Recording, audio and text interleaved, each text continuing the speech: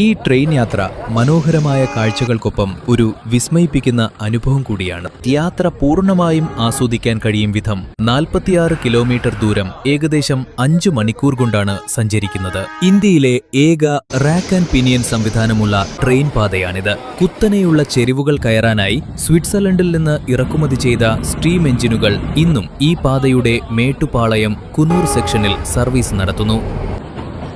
സമുദ്രനിരപ്പിൽ നിന്ന് 330 മീറ്റർ ഉയരത്തിൽ നിന്ന് ആരംഭിച്ച് 2200 മീറ്റർ ഉയരത്തിലേക്കുള്ള ഈ പ്രയാണം മാറി മാറി വരുന്ന ഭൂപ്രകൃതിയുടെ വിസ്മയ കാഴ്ചയാണ്. 1854 ഈ തീവണ്ടിപ്പാത ആദ്യം ആലോചിക്കുന്നത്. നിരവധി തടസ്സങ്ങൾ കാരണം പണി വൈകിയെങ്കിലും 1899 മേട്ടുപാളയം കുനൂർ ഭാഗം മാത്രം തുറന്നു.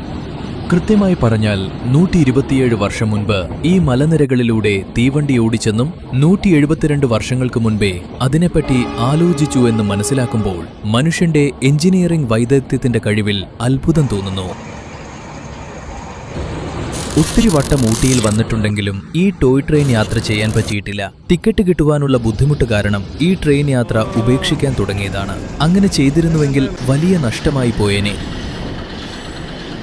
ഈ യാത്രയെപ്പറ്റി എന്തെങ്കിലും സംശയമുണ്ടെങ്കിൽ കമന്റായി ചോദിക്കാം.